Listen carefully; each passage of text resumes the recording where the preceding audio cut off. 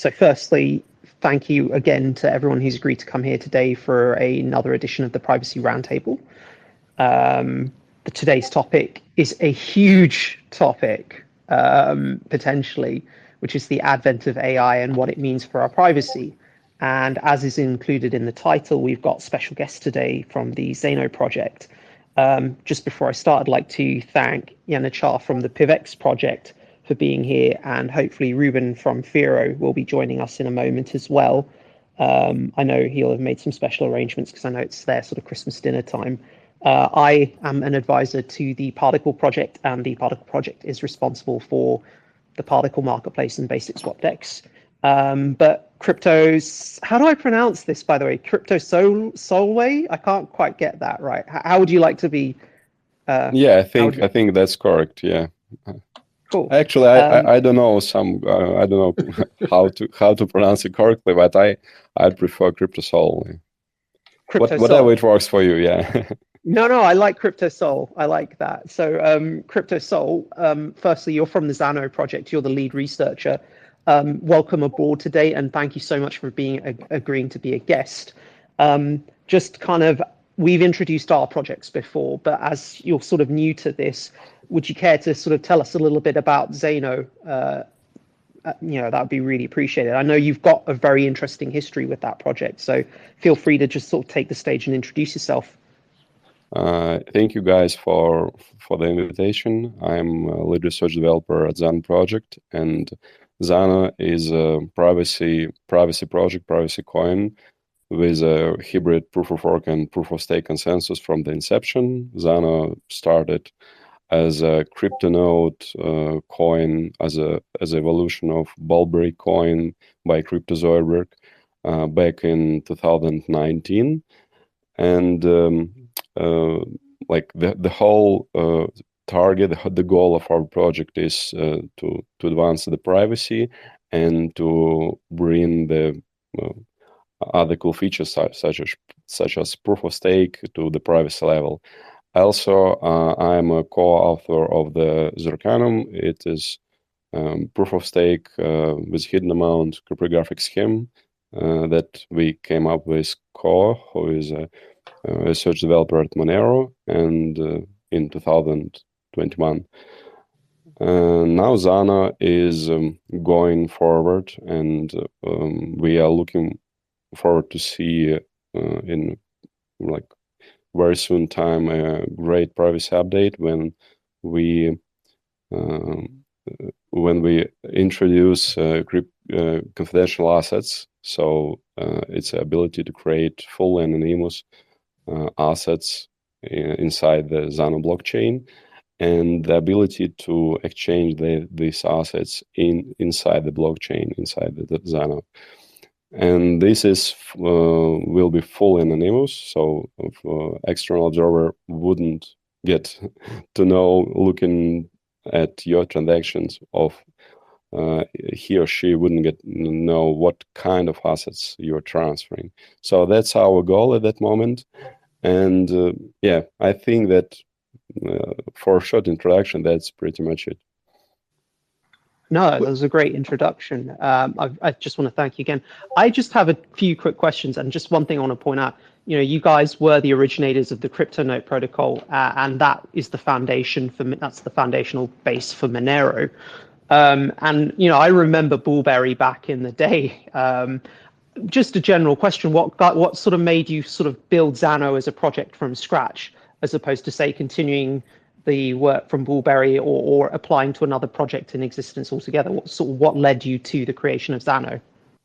Well, yeah, thank you. It's a good question. So Bulberry was evolution of a crypto node protocol, is implementation. Like, I think it's maybe first implementation. I'm not sure. Better to ask Crypto Zoidberg, the author of crypto node. It's the first. It was the first. I'm pretty sure of that. Yeah. So after a few years of development, he decided to get further, and he came up with the idea. As far as I know, maybe I'm not too like I'm trying not to miss a bit here. He came up with the idea of proof of stake hybrid consensus, and he implemented a proof of stake, a proof of work hybrid consensus using the ideas from Peercoin project, incorporating a proof of stake that is fully egalitarian. So everyone is, even using like small amount of coin, one coin, for instance, is able to stake, and its stake not locked. And this is like similarly convenient scheme was incorporated, and few issues and few challenges arise from that. So the Crypto Zoidberg started Zano as a project to solve all these new technology issues, and I joined team at that moment. And is that, I'm interested in the hybrid aspect of it. And so like I know, like Decred has a hybrid model, right? Where you have miners doing the proof of work consensus, and then that's kind of validated at a second level using the proof of stake consensus. How does Zano combine the two? We don't have a validator nodes. So our blockchain, our network is like one level network, and each node in charge of validating all the blocks that is in the blockchain. Okay. And so does each node then runs both like proof of stake and proof of work? Like if you would like to mine a proof of work, you just run a like normal proof of work miner using a miner rig or something. And if you would like to stake your coins, like to be a proof of stake miner, you just need a stake of coins. Got it. And so you can do it either way. So you can, yes, yeah, like everybody said. But then, how do you decide how to trade off the ability to mine with proof of work versus proof of stake? What determines the trade-off? I mean, how much work equals how many coins? Yeah, it's an interesting question. Well, I have to say that I'm sorry. I have to say that like I'm not the guy behind the consensus. Yeah. Oh, okay. It's Crypto Zoidberg, but I try to answer a question. So maybe it's better if you like to know all the details about this very interesting protocol. Maybe it's better to ask him, but I'll try. So we have difficulties running separately for proof of work and proof of stake. So for instance, if you have increase in proof of work power, then difficulty increases, and vice versa. And if you have new coins get into the proof of stake, for instance, some huge staker sitting around and doing nothing, and his or her coins are not participating in the staking. And after that, he or she decided to turn the staking on, and at that point the staking power is increased, and so correspondingly staking difficulty is increasing also.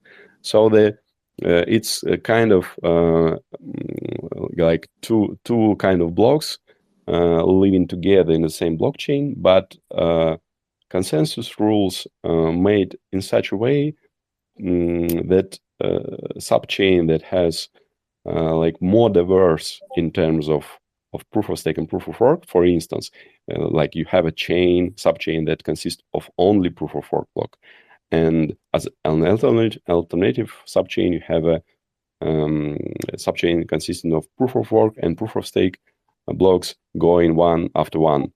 And the rules is made in such a way that the second one will be more preferable. It will get more score.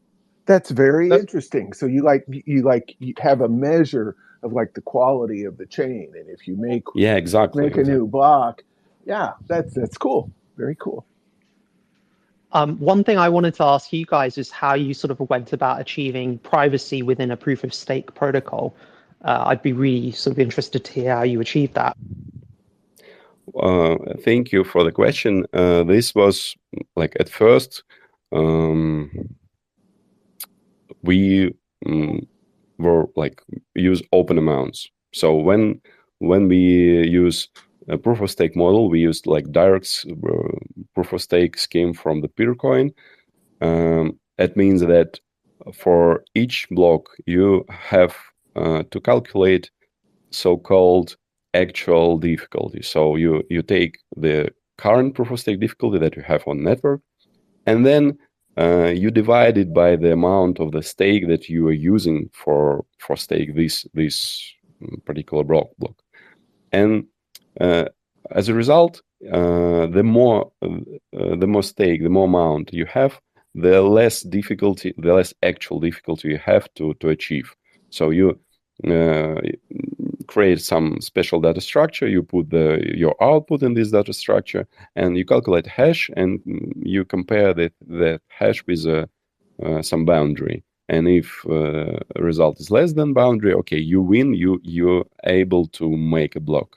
And the probability of such a winning event is corresponding to, like, it's linear to the amount of stake you have. And you actually, all you need is to check all the outputs that, like unspent outputs, we living in unspent outputs model.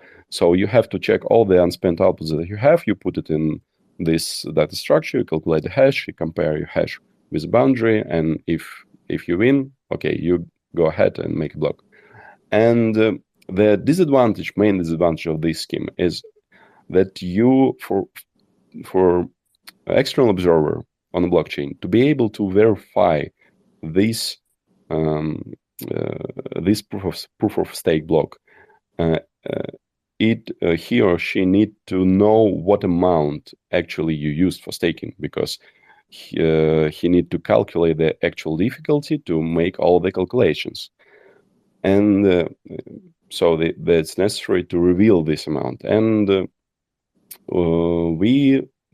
was a challenge for us. We decided at some point, Zano started to move from the open amount, like it was in CryptoNote and Bulberry, to the hidden amount, like it in Monero and other projects, using a ring signature and producing commitments. And we faced a challenge: how this model, how to adapt this proof of stake model to the hidden amounts. We cannot reveal it. So I know there are projects that actually use hidden amount, but for the proof of stake block, they, like in such of transactions, such of proof of stake transactions, they reveal the amount. And we decided that we cannot afford revealing, so we're trying to solve it. Actually, we came up with a solution. It's called Zercanum. It's proof of stake scheme with a hidden amount, so as we call it.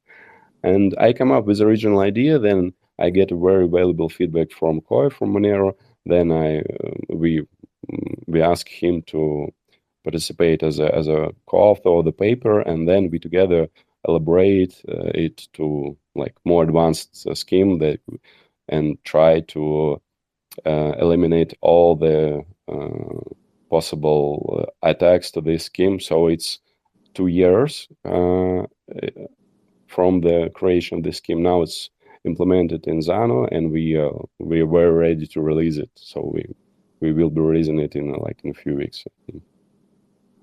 Oh, that's awesome. And I guess just before we shift onto the main topic, do you have any sort of links you'd recommend just in terms of finding out more about your project? Yeah, sure. If you would like to know more about Zano, please go to our website or Zano.org, or to our Discord. Basically, Zano.org is the main resource, because you will find the links, all our social medias, to Discord channel, to Telegram channel, and of course to GitHub.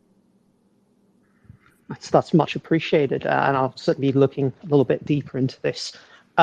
So we'll move on to the main topic now. And I just wanted to thank you for just so much for taking the time to sort of explain your project. And Thank a you reminder for to Thank you. asking. That was an excellent explanation. Very interesting. and I just want to say, to anyone listening, if you happen to represent a privacy project, these are the privacy roundtables. We are open to all projects. This is about sharing knowledge of different projects and technologies and answering important questions. And with that in mind, I'm going to move on to the main topic now. And I'm hoping to kind of get insights and input from everyone in the room, but particularly sort of our sort of co-hosts, Yenachar, CryptoSoul, and Reuben, who, Yen and Reuben have been doing this with me for some time now. The topic is the advent of AI, artificial intelligence, and what it means for our privacy. And before I kind of lead into the discussion, I kind of want to frame it into three discrete categories, if that's okay, because I've given this some thought, and I think this could be a huge topic that sprawls for hours and hours on end. I am not going to kid you on this. I'm conscious of, we've got a fair amount of openness with time, but I wanted to divide it into three broad topics to kind of focus in on. So the first area, we can do this in any order, but in my mind, I've got three categories, which is the impact of AI on public blockchains, the impact of AI on privacy-based blockchain, and then the impact of AI on privacy in general. And each of those could be an entire discussion in its own right that could span an hour easily. But I'm going to kind of open it to, my co-hosts to just pick one and run with it. How's that sound? Sounds good. Cool.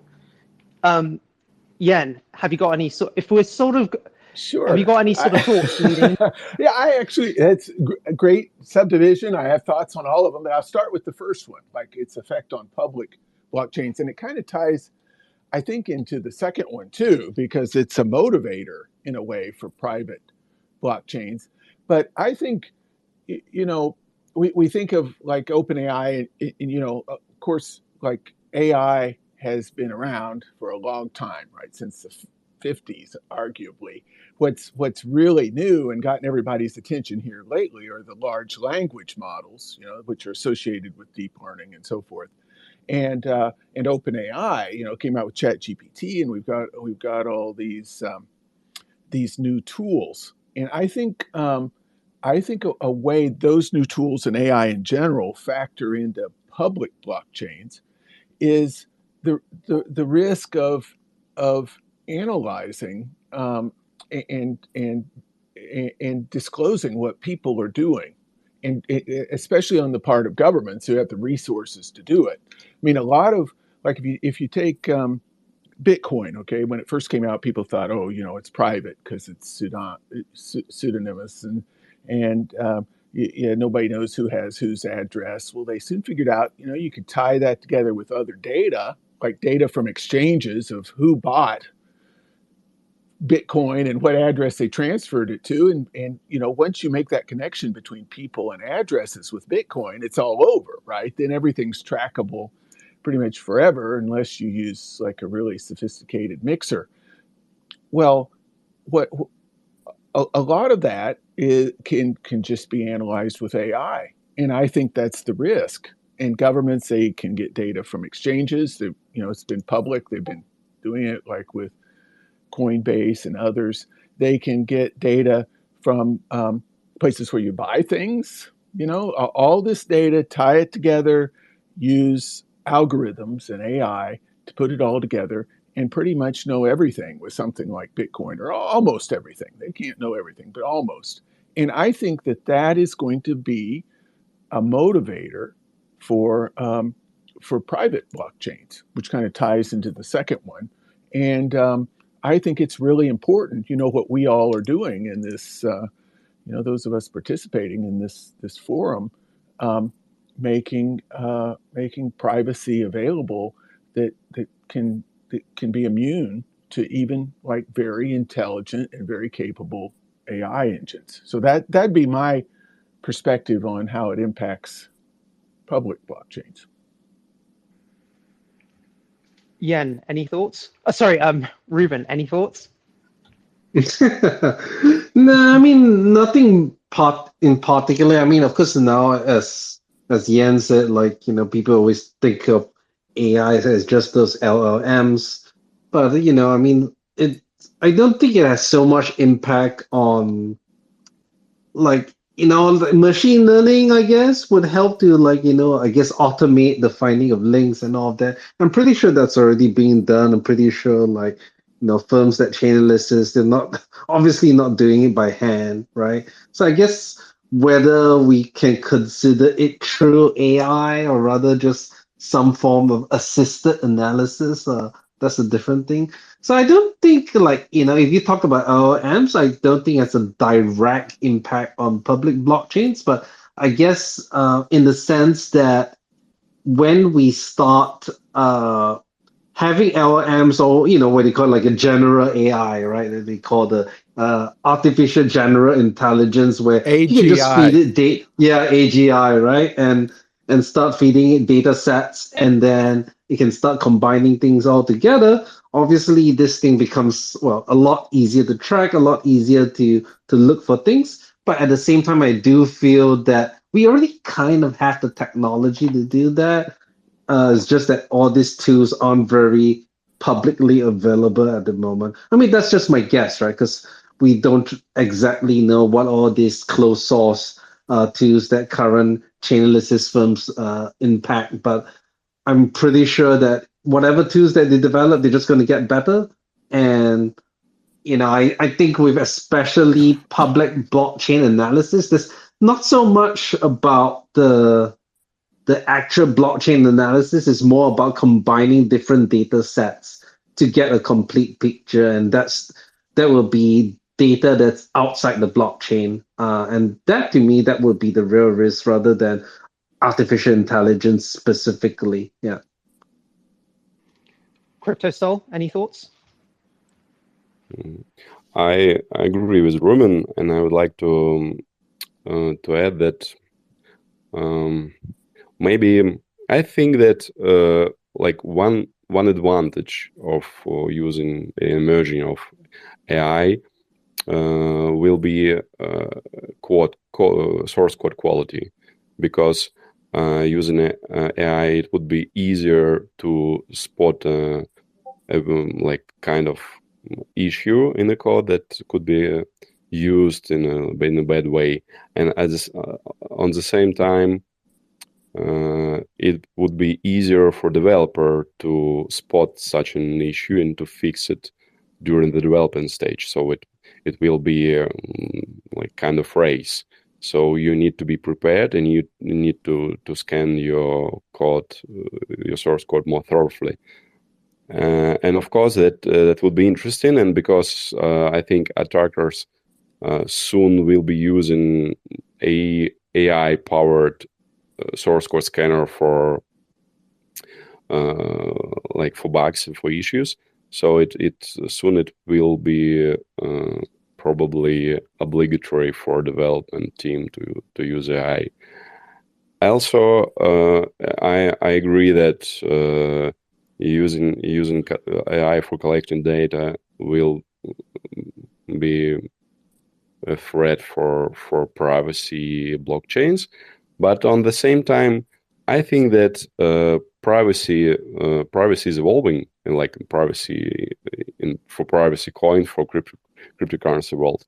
So there are new technology that's known as full membership proof. I know that people from FIRO are interested in that technology and participating in discussion. And we at Zano are also very closely looking at what is happening on this field. And as far as I know, it's not ready. But when like after some time, maybe in a span of a year or two, it probably would be ready, and we at Zano will be happy to implement it. And I think it would be much easier to defeat this kind of threats. So that's what I think about it. Improving the sort of- source Yeah. code is a good one. That's a very good one. Yeah, Yeah, just to clarify what Crypto Solomon meant by full membership proofs. Basically, I mean, it's just another way, because in constructions that FIRO uses, and let's say like Monero, they kind of use like ring signatures as kind of like their membership proof, and in Spark and Lelantis, we're currently using a proof called one of many proofs, but they are still kind of like limited to like high tens of thousands before the performance gets too crap. So of course, this is not a problem with Pivx, which is using Zcash tag, but the full membership proof basically allows you to have, every single transaction in the history is scalable enough to include all transactions in the history in that particular anonymity set. So basically achieving a Zcash type of privacy, but through a different method, which I guess is a bit more modular. So yeah, just a bit of feedback on that. It's achieving Pivx level privacy, right? Yeah, it's achieving basically Zcash level privacy with a different tag, no trusted setup, that sort of thing. Yeah. Thank you, Reuben. Yeah, thank you. Okay, I think that's a really useful starting point. And again, I think I hadn't considered the impact on source code analysis. One thing that's going through my mind, and I think it's something I want to kind of draw as a distinction between AI, or well, AGI, and not that we're not quite there at AGI yet, but certainly against LLMs, AI type applications versus traditional algorithms. I think a really useful distinction is with a lot of traditional analysis, you use algorithms which are fairly open to inspection. Whereas I don't think this is quite the right way of saying it, but with AIs, it's more like a dynamically evolving algorithm. And it's because it's dynamically evolving in response to its own sort of feedback loops, it's a lot more of a black box as to what's going on, as to why an AI is making the decisions that it makes. So if you kind of look at the AI applications, if they are giving you unexpected outputs or hallucinating or things that are clearly erroneous, the actual process of interrogating them is different to just looking at the code in a more traditional sense. And to me, I think that's interesting because it has implications when you're looking at public blockchains. You're essentially looking at a stream of very publicly viewable data, and with an algorithm, you're just basically, I feel like in some ways you can, I don't want to talk too much out of my depth here, but with an algorithm, the inferences are more concrete in that you can see how the inferences have been made. With an AI, that's not necessarily the case. And the thing is, AIs are very capable of making inferences which are very accurate, but they're not always accurate. And I think it creates some interesting problems because with public blockchains, if you have a stream of publicly viewable financial data, it's very easy for an AI with enough access. If you look at how AI techs currently work, they scrape the internet for vast amounts of data. Whether that's obtained with the consent of the data owners or not, that's a different question entirely. But they scrape vast amounts of data from vast reaches of the internet. And I think if you're using AIs that can scrape KYC type data and then link that into transaction data on public blockchains, I think it opens a full can of worms to all the inferences you could make. And I think an area of AI development is predicting people's transaction behaviors and predicting who the identities of obscured participants in a transaction chain are, just based on on observing the flow. So I think it enables a more sophisticated form of chain analysis than what we currently have, but one that's still potentially prone to errors, which may not be so easy, or which may require different means of interrogation. Right. I mean, I think one of the things we have to note that, like, chain analysis versus something like those like large language modelers and logic, definitely a lot. Like I would say, several magnitudes easier because it's just processing data and trying to find the links between that. Because like yeah, AIs are good at that, but I don't think it's like more difficult than like trying to come up with poetry. And of course, I don't know if any of us are AI experts here, but it just seems like in the realm of computer difficulty, I do think linking data sets with each other and trying to find patterns with it is not even something that's particularly new, but maybe it would probably be accelerated by like AI models, right? Yeah. Right. Well, I think that that's certainly true, Reuben, of like the blockchain itself. It seems like that, like Bitcoin blockchain, making the connections, right? It's pretty straightforward. It doesn't require that level of sophistication. But when you're bringing in outside data, that outside data can be just as complicated as you can imagine, and the connections can be very complicated. You know, like Dr. Cap was saying, scrape the internet. How do you, I mean, that's a lot of data, right? A lot of data in different forms and complex. So it seems to me like there's a little bit of an arms race there too, right? People like Chainalysis keeps coming up with new ways, and people come up with ways to defeat it, and AI will advance that ability to tie that complex data together and to defeat attempts to work around it. Maybe. I think the other thing, if it kind of helps put a bit of context on this as to why I'm talking about this, is it's the idea of hallucinations and you seeing.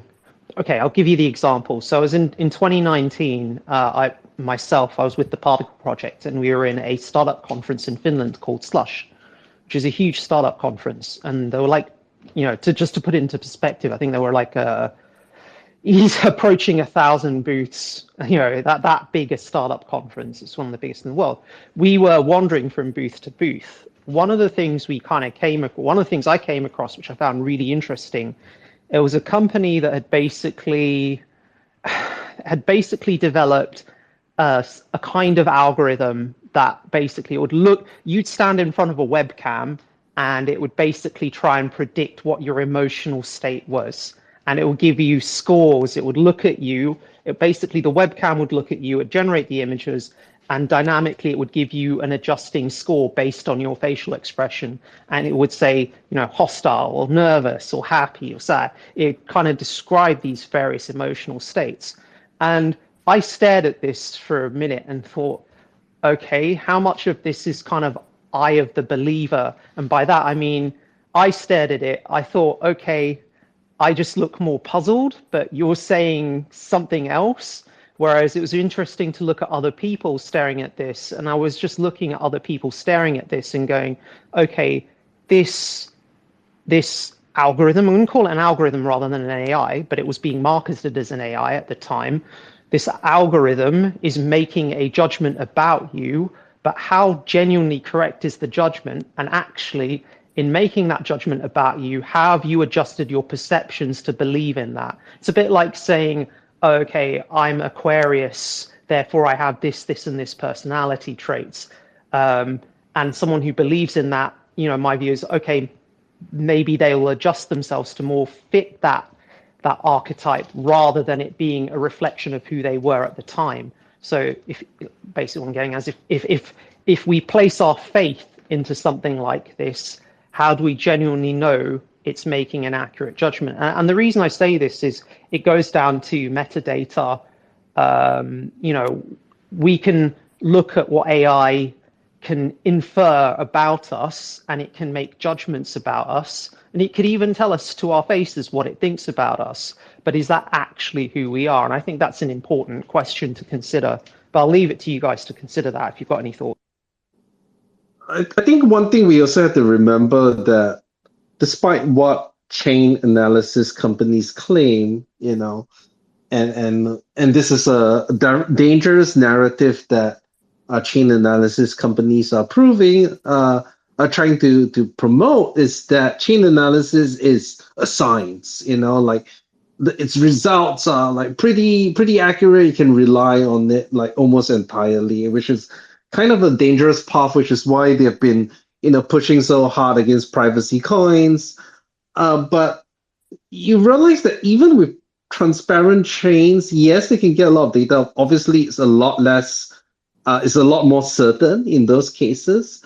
But it is still, especially when it comes to evaluating privacy chains, it becomes a lot more like this is a guess, this is like Right. maybe 30% probability and stuff like that, which in a way is it's a bit like a hallucination as well. I mean, like it's different, but the way that these tools are being promoted to regulators and all of these who may not have a full grasp of the technology is that this thing solves money laundering. This thing can trace all that you can when in fact, it's just one of the tools that you can use to help narrow down a certain the amount of information that you need to look through, right? Like recently when Monero's like their general fund was hacked, right?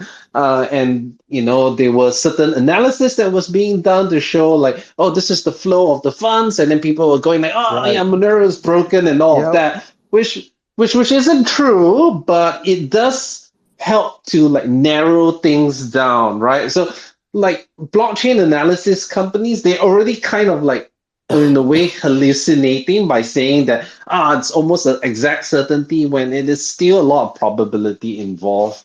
So yeah, I just wanted to share that of course, yes, there's that worry about AI hallucinations, but in a way, right now, the way that blockchain analysis companies are promoting themselves, they kind of already like coming to wrong conclusions from from the data, and people don't really know how to interpret them. Yeah.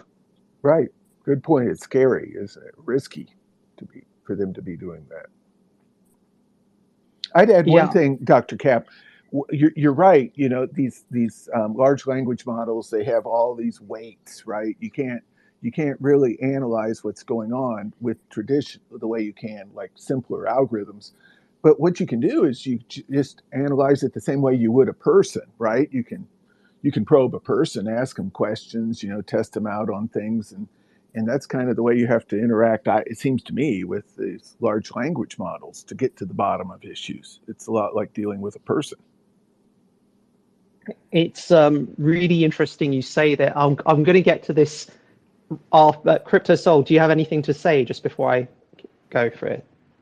I would like to add that I think it's important to understand whether do you have a ability to check the information that AI algorithm gave you. For instance, if you have an AI powered analysis tool that's telling you that this person, for instance, is spending such amount of money or linked with this real person, I think you have a limited ability to check actually, is it true or not? But in the same time, when the AI-powered tool say that you have a vulnerability in your source code, you actually could check it and answer yourself, is it true or not? And I think it's a matter of checking of is it possible to do this kind of check or not. And yes, I agree with what Dr. Cap said before. So it's an interesting topic. Thank you. No, I'm really glad you said that. And it raises a really interesting point, which is that, we're talking about AI, but actually the inferences of AI, are they applying to information which can be objectively assessed by a third party, or are they making inferences and conclusions about information which is fundamentally subjective and is very difficult to assess even by multiple third parties? So I think there's a clear distinction as to the limitations of what, not just algorithmic analysis, but AI can and cannot reliably, reliable is the wrong word, but can and cannot objectively do. And I think there needs to be a clear distinction and understanding, not just within the marketing, Reuben, as you're pointing out quite clearly, but just in a general population sense, because I worry about the upstreams, the wrong word, the downstream effects from this. I worry that, these tools, they're being mismarketed about what they can objectively do. And I think people who aren't so well educated or versed in the nuances of this field are going to make erroneous judgments about what this technology is objectively capable of and what it's objectively not capable of. And I think this may filter through into our broader legislative space. And potentially you could see the evolutions of states or societies that have very to me, future societies, which to me would look like, like say thought control, oh, the AI is saying this, it must be right, therefore, we should legislate this way. And I could see, and this is the thing we have to be careful about, is the distinction between objective and subjective. If we assume that AI can make accurate calls and accurate judgments about fundamentally subjective data sets, then we're almost treating this, I feel we risk treating it more like a religion. We already are. Culturally, I sense that. But I feel that we risk treating it, we risk turning it into a religion rather than something based on any kind of objective science. And that's kind of I really hate being a doomer, but that is my fear looking at this. I hope that we are far from point where AI result could be treated legally, like subjected result. And and I agree that it would be a terrible future, it might be a terrible issue. And if for some reason, if some AI-powered tool would say that some information, some very subjective information about some person or some data set or some fonts used in a private blockchain, and with no assertion, with no proofs, and this information is believed by general public to be true, that is real issue. But I think it's kind of out of technical scope. It's more like social and political issue.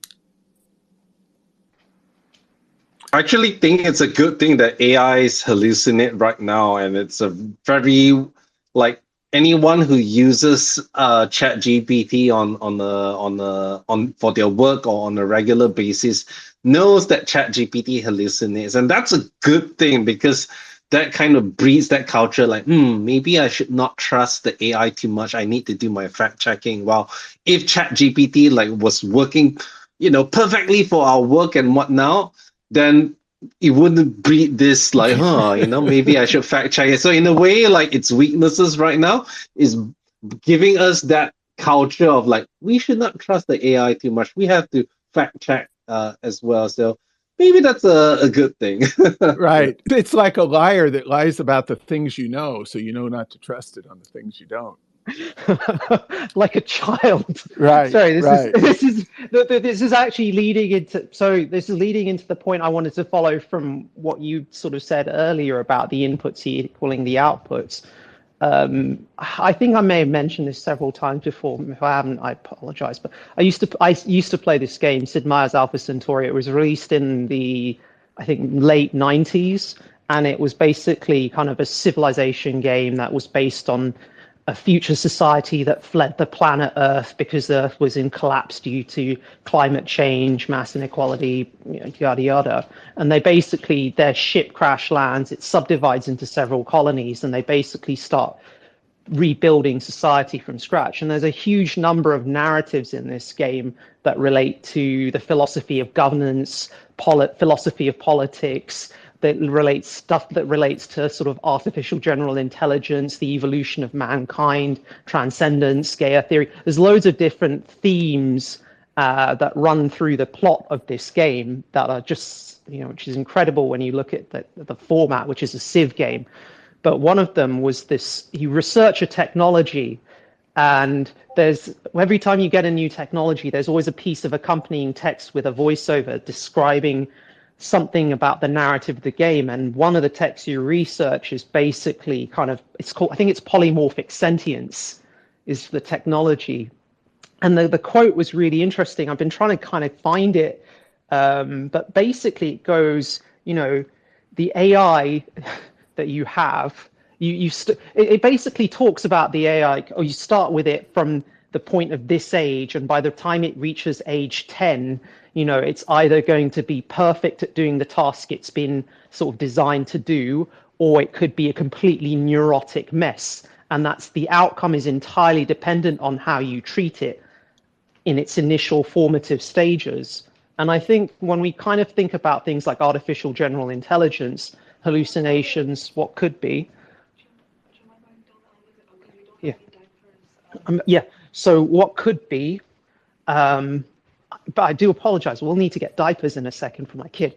But in terms of, that's where the pause was from. But yes, in terms of, if you get it wrong in the early stages, if you mess up those initial inputs, is the system, what's the foundations of your child, as it were? So, what is the foundations of your system?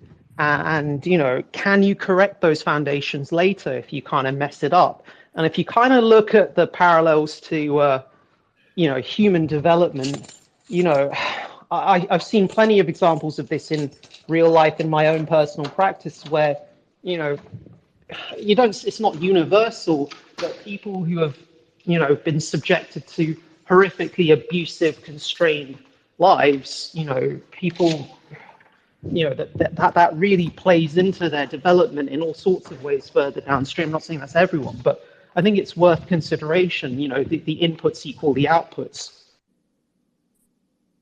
Are you changing a baby's diaper while talking about AI on this space? No, a bunch of diapers have arrived from the Amazon guy downstairs. Yeah. And my wife was like, she literally interrupted me mid-sentence. And she was like, you need to get the diapers from downstairs. And that's why there was that pause, where did he go? Has he been hit in the head? Well, I think that's a great point, in all this, and it ties into, some of the worry of things not getting done right. I think that's balanced in part by, a fantastic outcome if it actually is done right. But that depends on the data that goes into the models. And I actually think there's a connection, since we're talking about the connection between crypto and AI. There's a potential connection in using crypto to generate the data that goes into AI. These, as the algorithms get better and better, they're going to be very hungry for data. In fact, data could turn out to be the big bottleneck. Not processing power, not the algorithms. It's getting the data. I mean, how do you know something? You need data to get it. And I'm kind of surprised nobody's come up with a cryptocurrency yet that has as its consensus algorithm some kind of generation of data for AI. I think God, no, not the AI token. No, you don't think that's but I mean, whether it's possible or not, there's challenges there. But if you create it, I'll buy it. Right. Yeah.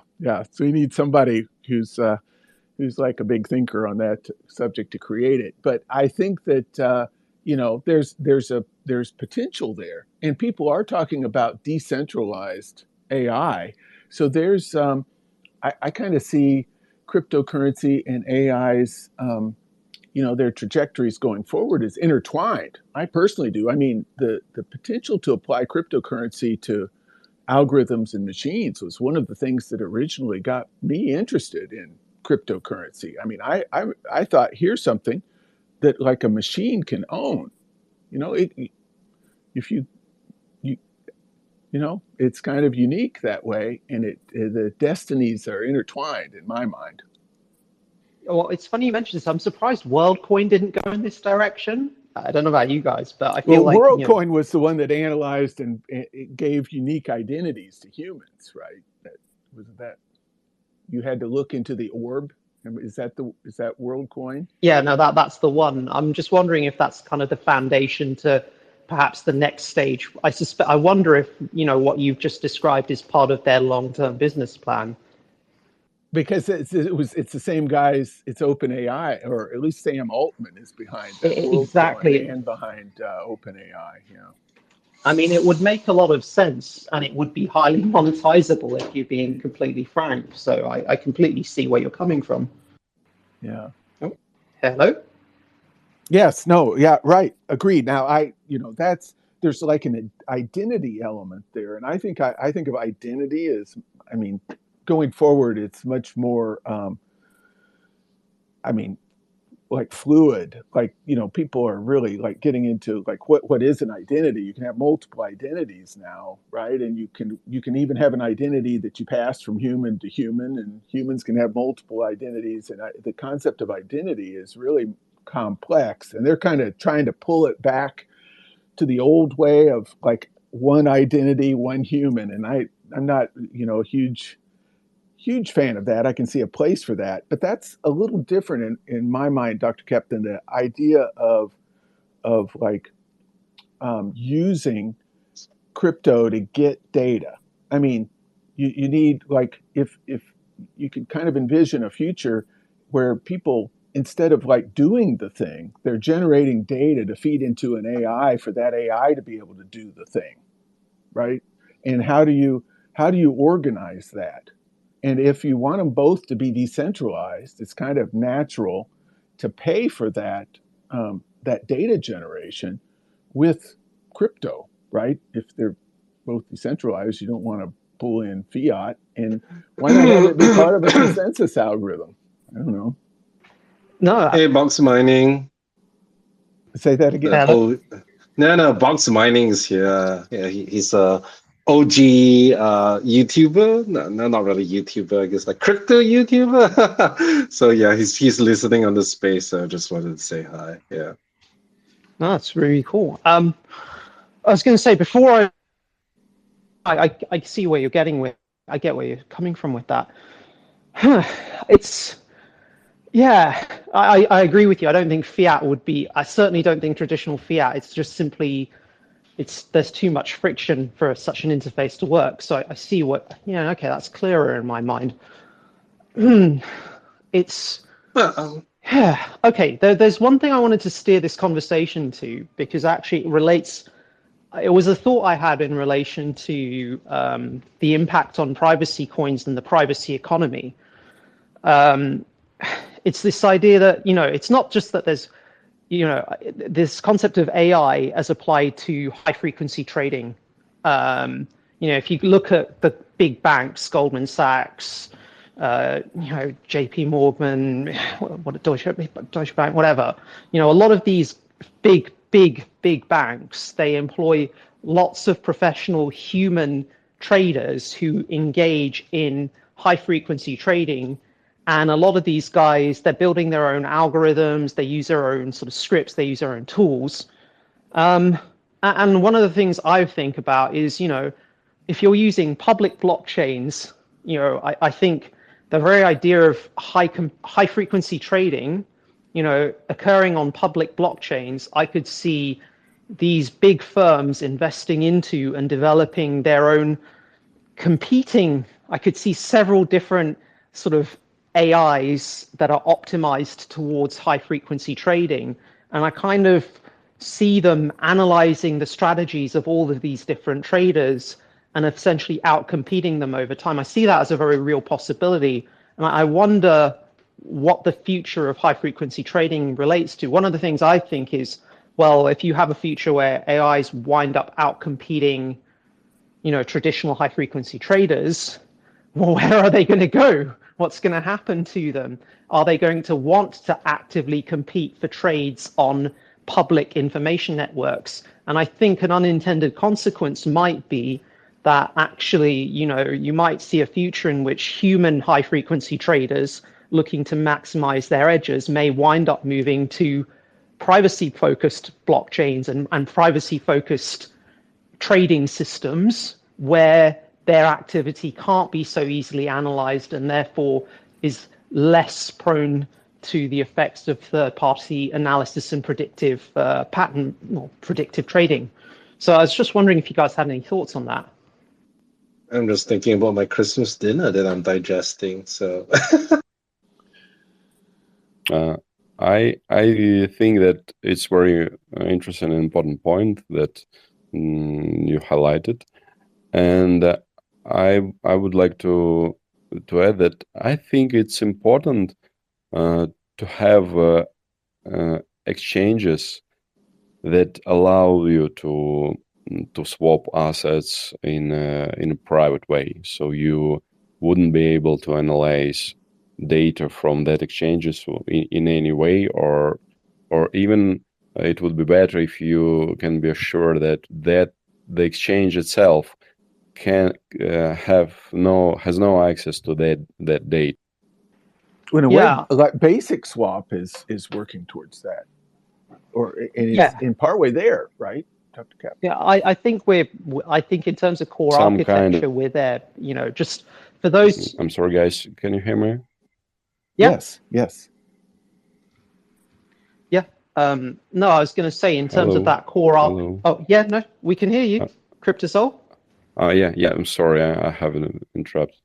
And for instance, I know that there are some such protocol existed, and we at Zano actually came up with the Ionics 4 protocol, where you can privately exchange two kind of assets inside the blockchain.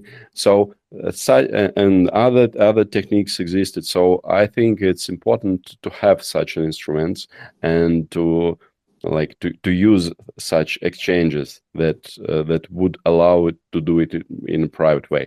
And actually, it's a very interesting point, because it's next level of privacy, not privacy of the transfer itself, but the privacy of trading. So it's it's going higher and deeper. Yeah, it's very interesting. And I think it's actually a very good point, and the field that would be interested for traders who would like to hide the trades. Cryptosol, you had mentioned the assets on Zano earlier too. Could you explain a little bit more about those assets? I mean, is it an asset kind of like a token that you'd have on Ethereum, like an ERC20 token? Is that the right way to think about it? It's kind of a token. It's not like Ethereum, because we are not running an EVM. So it's a kind of it's kind of token that you are able, using an API, you can issue your own token, for instance, for for arbitrary amount, and then you can transfer this. You are owner of this token. You can transfer this token inside the Zano blockchain, and it will be transferred in a very private way. So the external observer wouldn't guess what token being transferred in a particular transaction. So that's the point. Okay. Yeah. And at the same time, using Ionics swaps, you can, in a one transaction, you can swap, you have two different assets as an inputs, and you have the same amount of two different assets, or three different outputs with two different assets as an output. And this person, two person exchange their assets, different assets, in one transaction. So it's just an example that could be used to facilitate this kind of interaction to hide the trading. Right. And what the tokens represent, what these assets are, that's all managed off chain, right? So you say, okay, this token A means something that's managed, separately from the Zano blockchain, and token B means something else that's managed by somebody else. Is that how it works? Yeah, exactly. So it's token that would be managed by external mechanism. For instance, one would like to create token for a stable coin, I would suggest, and then manage this token and keeping it in a certain level, and so on. Got it. No, I think just kind of listening to you, it kind of made me follow this thought through. So it kind of goes back to what you're saying. I think confidential assets and being able to trade confidential assets with genuine privacy, and being able to trade currencies with genuine privacy from any kind of outside observer, I think I think these are absolutely fundamental to establishing the privacy economy or the privacy liquidity sphere. And kind of following from what I was kind of saying about my thoughts on high frequency trading over public networks and over public information networks, I think what I'm basically getting at is I think the primary fear is that AIs, or there will be several AIs or an AI that manages to outcompete and outperform every other human on the planet and every other AI on the planet. And it's so good at doing what it does that it captures every single market inefficiency, and it essentially winds up accumulating wealth for whoever its designer is within the public information, within the public liquidity sphere, the public trading sphere. And I think the consequence of that is that this is going to be abstract. I'm going to just draw an artificial parallel to a 51% attack. If a singular entity, this is my belief, or my view, is if a single entity were to be so good at trading and capturing wealth and inefficiency relative to everyone else on the planet, over time, it would absorb all of the defined resources in that liquidity sphere. And if it absorbed everything and distributed nothing back, then essentially there would be no distribution of liquidity or assets to basically build infrastructure or enable the real world that would be reliant on that liquidity to function. And so basically what I'm saying is, if that entity captured all of the world's dollars and it just kept trading to keep accumulating more, but it wasn't spending or selling or using that accumulated wealth to develop infrastructure, then essentially it would ironically make that currency more worthless over time. And for the simple reason that if one guy is playing a game so well that everyone else is guaranteed to lose, then after a while, everyone on playing that game is just going to say, I think they're going to be like, okay, we can no longer capture any inefficiencies. We can no longer profit off any trades because this one guy or this one AI is out there winning all the time.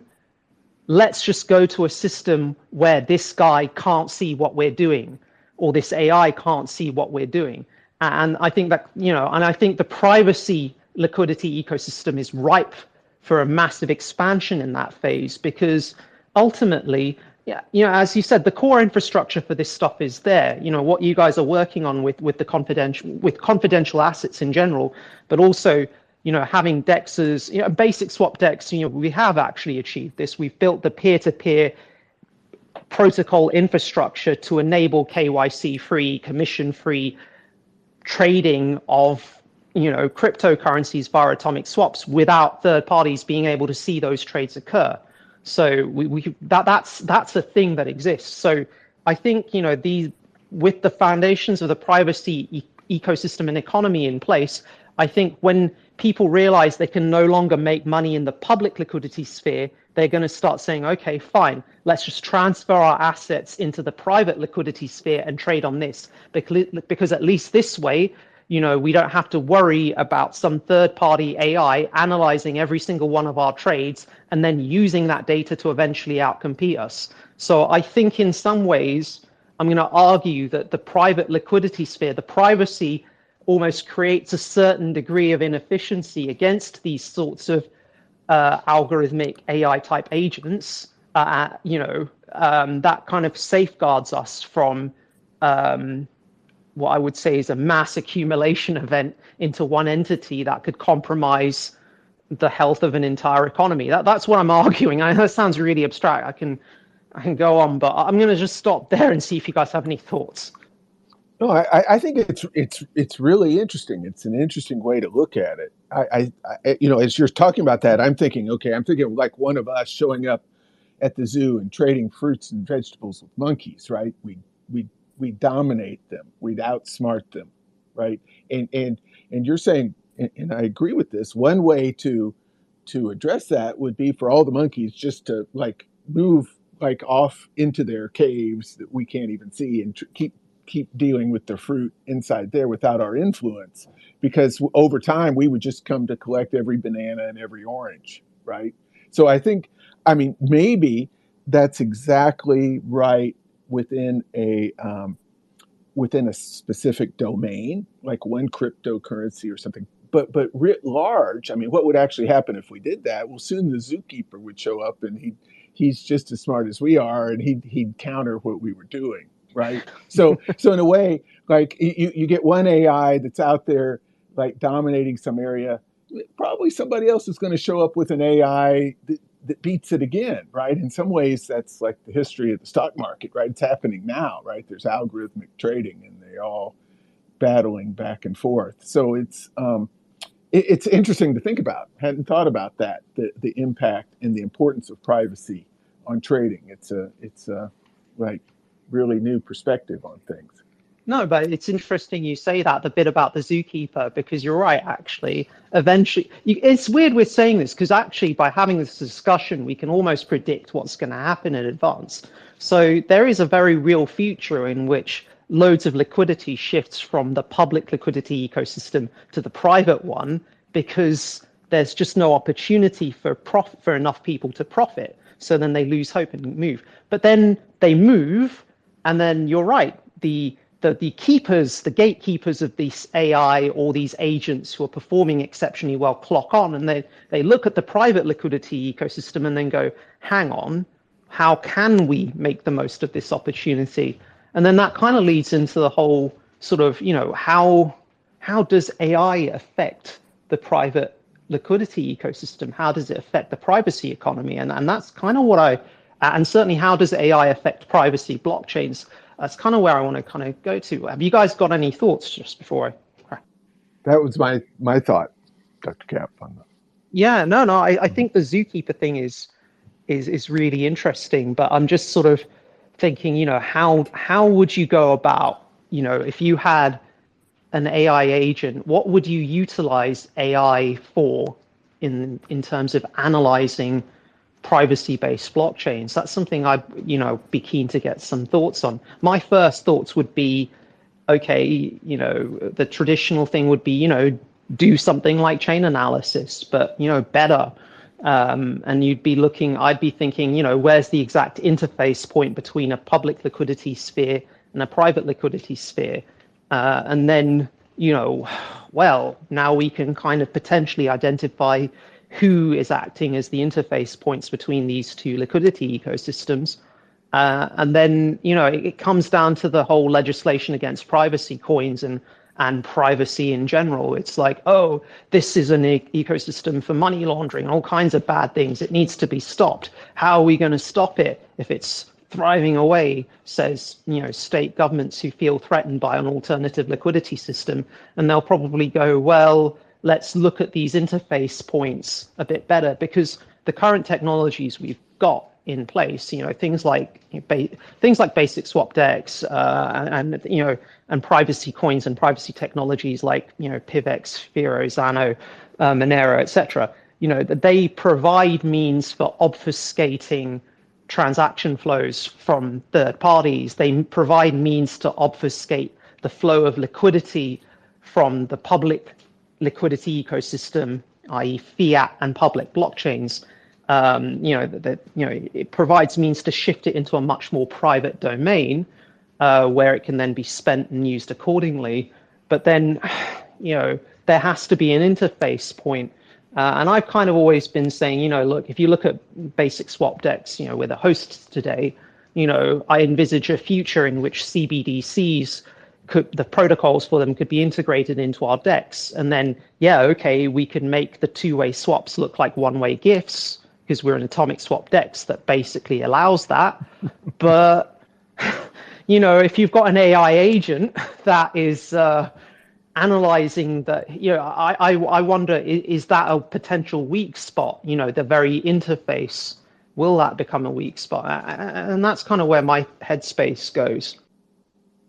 I actually think that's a great metric or threshold that we should look for in a CBDC before we accept it.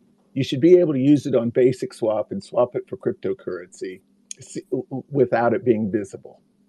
Because absent that, it's just a tool of control, right? So that's I think a very good threshold. I don't think that they're going to get the first version of a CBDC right, and you won't be able to do that. That would be my guess, right? They're going to somehow have it centrally controlled or visible. You just won't. They're going to have that kind of thing in mind. But ultimately, to have something that like really works as currency, it needs to be able to function in that role, just as that role you paint, Dr. Cap. Yeah, Basic I swap know. decks. Loads of promos today, but in all seriousness, this goes, this feeds into that whole thing of CBDCs. You can analyze every transaction, potentially censor it, but also that is a lot of end user public data. I think I've mentioned this on a few previous spaces, but I'll mention it here. My thoughts in relation to privacy and CBDCs are simple. If I was a government operating a CBDC, then if, completely speaking objectively, if I was a government operating a CBDC, the first thing I would do is I would go, how can we analyze every single user's retail? How can we analyze every single user's retail and shopping habits? Because traditionally, in the private, what would happen is with fiat, okay, in the private sector, retail users, they'd sign up to Facebook, Google, Amazon, all kinds of third-party services, and they would essentially, inverted commas, volunteer their personal information to be shared on these networks and volunteer for that data to be analyzed by private corporations. Whereas with CBDCs, you now have a tool that allows for not just mass surveillance, but mass data analytics. And a government could easily go, right, forget social credit, how can we make money off this? Can we harvest the user data and particularly their retail spending habits and then sell that back to private companies to make a profit for our coffers? And I see that as an inevitability for CBDCs. And I kind of, going back to the topic of, the advent of AI on our privacy, I think I can see AI playing a huge role in terms of going back to all the problems we've said about the difference between objective and subjective interpretations. I could see AI algorithms and AI entities being utilized to try and not just analyze and link the chains of transactions between people and the retail spending habits, but to just outright predict what people are going to buy with high levels of accuracy. And then how that translates, well, does that translate to more money for the guys in government? Does that translate to more money for the employees in government, whether that's legally or through some backhanded corruption? I don't know. Does that translate to lower taxes for the residents of those nations? I don't know. It's always more money for the people closer to government, right? That's the rule. Yeah. Mm-hmm. In my ideal world, I'd like to think if a government was in a nice world, it would be like, okay, pay fewer taxes as the trade-off for giving up all of this sovereign data. But you're right. It will just wind up being more money for someone who is going to hoard it to themselves. That's realistically what's going to happen, and probably use all of that data to persecute and go after people. Yeah. Sorry, I've kind of rambled on a bit, but I just want to open this up to you to the floor, if that's okay for you guys.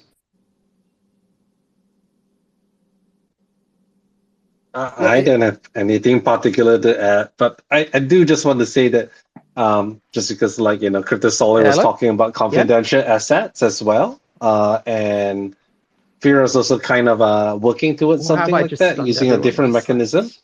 I'm going to go with that. Oh, okay. All right, now I can hear you. Yes, Reuben, you were coming through. Yes, please. Continue. Oh, no, because, Solar was saying that, Zano's doing confidential assets, and that's something that FIRO has also been working on. I mean, it's not directly relevant to the AI stuff that we've been talking about, but more about I'm just thinking about the long-term survival of privacy coins, Reuben, I cannot hear anyone. You cannot hear? Oh. All right, no worries. Oh, I can hear you, Reuben. I can hear Reuben as well. Let me just ping. I'll just ping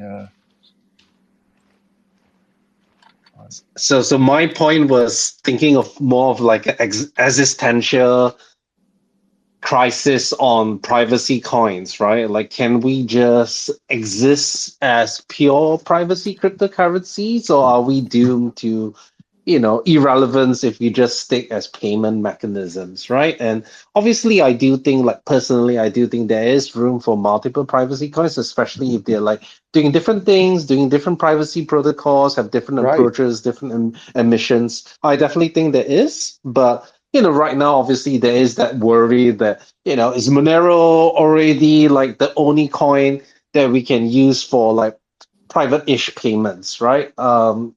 That's like currently the case of what it is, and there's a lot of like doomsayers are saying, what's the point of your coin? There's already Zcash, there's already Monero. What's the point of your coin? And I mean, I see their point, right? Of course, like we had doing our own privacy protocol with different stuff and all of that.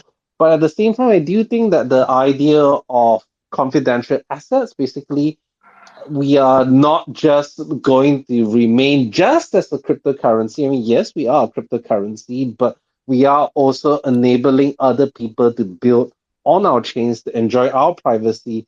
And the thing is that, we always talk about how privacy likes the crowd, anonymity likes company. And one of the biggest issues, especially for smaller chains like ourselves, unless like, you're one of those privacy coins that span their own transactions to stimulate transaction volume, and you can't really tell because they are private anyway, right? But let's say if you don't do that, right, and you want like genuine organic usage, one way besides payments is to get people to build on your chain for these assets. And because asset types are indistinguishable, the anonymity set for every single other transaction on the chain, whether it's FIRO, whether it's Zano, whether it's like some stablecoin or dot coin, increases together. So, I mean, it's not directly relevant to AI. I just thought it was an interesting point, more of an existential thing. Like, what is our project about? Are we just going to be remaining as just a privacy payments, which I think is important, or are we going to be embracing a larger community? Because I think at the end of the day, we want more users. All our chains want more users, right? And one of the ways is to enable confidential assets. We also are enabling like confidential NFTs and all of that. So that's interesting, and I think that's also a route that Beam is also exploring. So yeah. Anyway, I will stop shilling, and I just wanted to bring that up. No, I think that's great, Reuben. I think that there should be more variety and more coins. I mean, the person saying, why do you really need something if we have Monero? Well, why is there more than one species of fish in the sea, right? Some fish live deep in the sea, some live on the surface, some can fly, some dig in the mud. Some are everything big, some should be salmon. Right. Oh, everything. Right. Right. But the minute everything is salmon, then now there's opportunities. So it's right? It's opportunities for new fish species to come. So I think that you're doing the right thing, and the key is to find a niche, right? Be good at something that Monero doesn't necessarily do, right? And there's your how you make a living. Just like some fish that figures out how to crawl across land to a new body of water can beat salmon. I'm keen to hear what Solar has to say, because he's also doing confidential assets. So I'm just like, I mean, like I guess like if you want to continue on the AI thing, don't let me hijack the conversation. But it is something that I do want to hear from the Zano team. Like what is their viewpoint on enabling confidential assets? I think it's also particularly relevant given that Zcash Zuko stepped down, right? So he's no longer leading the ECC. Well, he's not stepping down with Zcash, but he's no longer leading ECC, and Josh Sweetheart stepped into place, and he is all about enabling confidential assets as well. So I do think we are entering into an interesting time where a bunch of privacy chains are enabling confidential assets. So that's why I was very curious to hear what Soul, I don't know how to pronounce it. Soul. Crypto Soul. Everything Soul. is Yeah. that works for you. Yeah, that's fine. I would like to add that ecosystem of anonymity projects like FIRO and Zano Monero together, it's a very important thing. And speaking of confidential assets that guys from FIRO are working on also, I think it's maybe important to mention that creating an anonymity bridges or like interface interaction point between projects, like for instance between FIRO and Zano, quite an important step in this fighting against this AI powered analysis, and also addressing that what Dr. Cap said about the interface points would be the weaker point, and the more attention would be brought to this point using the AI tools. So maybe in the nearest future we will see that anonymity coins, and especially coin that uses confidential assets in an anonymous way, works on anonymity interface points between them, like anonymity bridges, and it would be a nicer solution, and maybe we would be stronger against such an attack. I think one thing I want to add, and I think this is a really good point, is I'd like to see confidential assets being linked to real world assets. And I'd like to see the framework legally for that to evolve, for legal recognition that clearly links the ownership of confidential assets to actually a genuine ownership of a real world asset. I think that's a really powerful driver for the privacy economy moving forward. I think an unintended consequence of if you had mass surveillance augmented by AI on steroids is, we covered the risks and we've covered, some of the upsides to this as well. But, at the end of the day, I don't think I think there are plenty of people who don't want to know, oh, okay, I don't want the entire world to know that I've just sold my house to this particular person. I don't want the entire world to know that I've just, traded this particular asset, this real world asset, to X, Y, and Z. I don't think that's appropriate. I think that potentially compromises my personal safety. And in a weird kind of way, I feel like all this underlying architecture will stand us in good stead for, actually having, I'm going to say a sovereign state that's founded on privacy. Like, I'd love to just see a nation or some sort of nation type entity that has just the default of we're using privacy coins, we're using privacy technology, we're using privacy focused confident, we're just using, everything has to be private. Nothing is, okay, these transfers of assets, they are obfuscated from third parties for all of the reasons that we kind of discussed. I think it is exciting to see the diversity of technologies emerging to solve these problems, but also to solve these problems in slightly different ways to each other. I think that's valuable. I gotta hop off now. It was nice having you around and nice chatting. So I'll catch you guys later. But thanks for inviting me, and glad I could join, even though it was like kind of short notice. Yeah, thanks for joining, Reuben. And no, just want to sort of thank all of you guys today for sort of coming along. I think we're coming into about an hour and a half now, so actually it does seem like a nice point to sort of wrap things up. Before we go, should we open this up to questions from the audience? Basic swap. Cangrejo, thoughts? Yes, absolutely. Cool. Anyone listening? We haven't gotten any questions yet, but if somebody also wants to speak up, you're more than welcome to raise your hand in the space, whether it's about the topic or about something you're curious about when it comes to Zano or one of the other projects participating here. I would say something I gathered from all of this that I thought was interesting is really AI. I think we can expect to be for it to be weaponized in both ways of this sort of privacy tug of war. And I loved what CryptoSoar was saying about how it's going to be used as well to code review and probably bring us new privacy ideas that we have never thought of. So.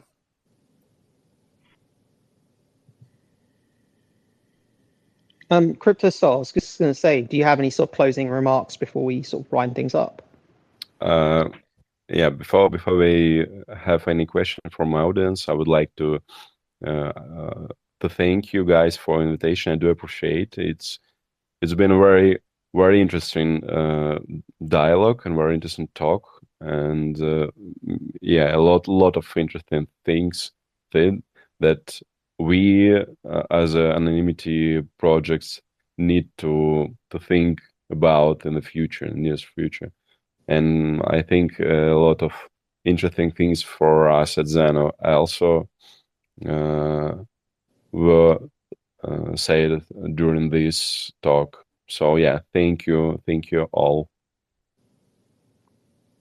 Thank you for joining and sharing your exciting project.